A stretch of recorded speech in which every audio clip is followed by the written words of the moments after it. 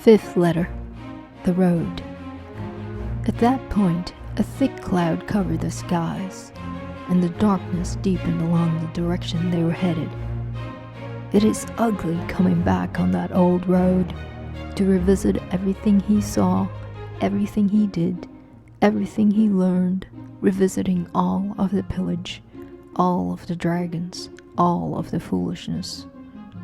Thomas had many friends who were going to stay up on that road, who were going to end up in their grave, in the darkness. They were going to stay in their camps, in their little pond. They were going to keep taking their carrots and outsourcing their courage to face up to dragons, because they had not done their inner work, and they continued to stay in their addictions, in their lower vibrations. Perpetual motion takes a long time to stop. Upon this reflection, a lance pierced through his heart. Thomas would have to leave everything behind, for he realized if he was willing to repent, to atone and do life differently, he had to open up his heart to the light, the one true light that would reveal all his past sins and burn off the dead wood in the forest. He knew it was going to be slow, because it was going to be painful.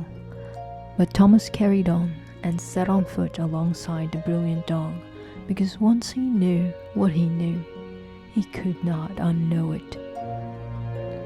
Walking back along this road, he was met with terrible weather and a shortage of food. Invisible enemies were abound to confuse him and turn his gaze from the light. But through this storm and through his fasting, Thomas realized the error in his thinking and his practice.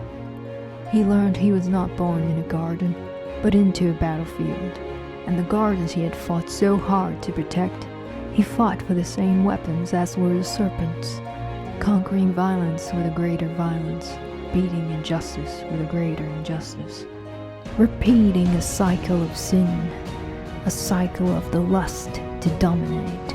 Thomas began to see what that did to him. It emptied him out, arid, and destroyed him from within. Upon this understanding, Thomas parted with his sword and trod on back to that fork in the road.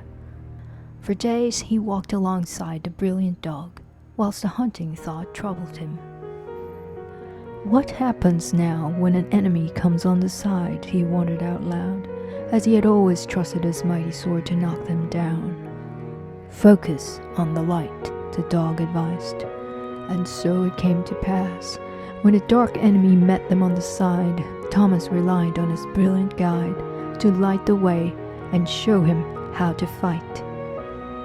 He watched it fight their enemy in an odd way he had not seen before.